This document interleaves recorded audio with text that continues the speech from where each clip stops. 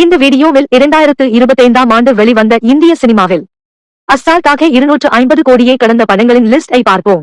சங்கராந்திகி வசனம் 2025ஆம் ஆண்டு வெளியான தெலுங்கு மொழி அதிரடி நகைச்சுவை திரைப்படமாகும்.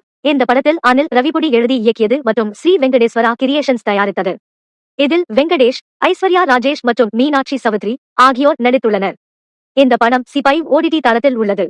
எல்2 எம்புரான் 2025ஆம் ஆண்டு வெளியான மலையாள மொழி திரைப்படம் ஆகும். பிருத்விராஜ் சுகுமாரன் இயக்கிய மற்றும் முரளி கோபி எழுதிய அரசியல் அதிரடி த்ரில்லர் திரைப்படமாகும்.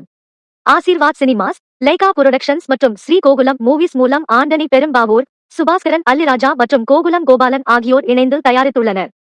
இதில் லூசிஃபர் 2019 படத்தின் தொடர்ச்சி மற்றும் மோகன்லால் நடித்த லூசிஃபர் யூனிவர்ஸின் 2ஆம் பாகமாகும். மேலும் பிருத்விராஜ் சுகுமாரன், அபிமன்யு சிங், டோவினோ தாமஸ், மஞ்சு வாரியர் மற்றும் மோகன்லால் ஆகியோர் நடித்துள்ளனர். இந்த படம் ஜியோ ஹாட்ஸ்டார் OTT-இல் உள்ளது. ஹவுஸ்ஃபுல் 5 2025ஆம் ஆண்டு வெளியான இந்தி மொழி நகைச்சுவை த்ரில்லர் திரைப்படமாகும்.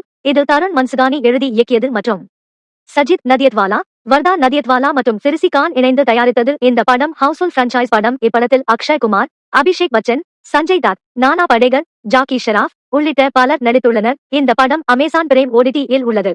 சீதாரே ஜமீன் பர் 2025ஆம் ஆண்டு வெளியான இந்தி மொழி ஸ்போர்ட்ஸ் காமெடி டிராமா ஆகும். எஸ். பிரசன்னா அவர்கள் இயக்கி ஆமிர் கான் தயாரித்து உள்ளார். மேலும் அவரும் ஜெனிலியாவும் இந்த படத்தில் நடித்து உள்ளனர். 2018இல் வெளிவந்த ஸ்பானிஷ் திரைப்படமான சாம்பியன்ஸின் அதிகாரப்பூர்வ ரீமேக் ஆகும். மேலும் இடைநீக்கம் செய்யப்பட்ட அமெரிக்க கூடைப்பந்து பயிற்சியாளர் ரான் ஜோன்ஸின் உண்மை கதை. 1980களில் ஜோன்ஸ் மது அருந்துவிட்டு வாகனம் ஓட்டியதற்காக தண்டிக்கப்பட்டு அறிவுசார் குறைபாடுகள் உள்ளவர்களுக்கான கூடைப்பந்து அணியின் தலைமை பயிற்சியாளராக சமூக சேவை செய்ய தண்டனை விதிக்கப்பட்டார். இந்த படம் எந்த OTT தளத்திலும் வெளியிடப்படவில்லை. அதற்கு பதிலாக அது யூடியூபில் பே-per-view முறையில் திரையிடப்பட்டது.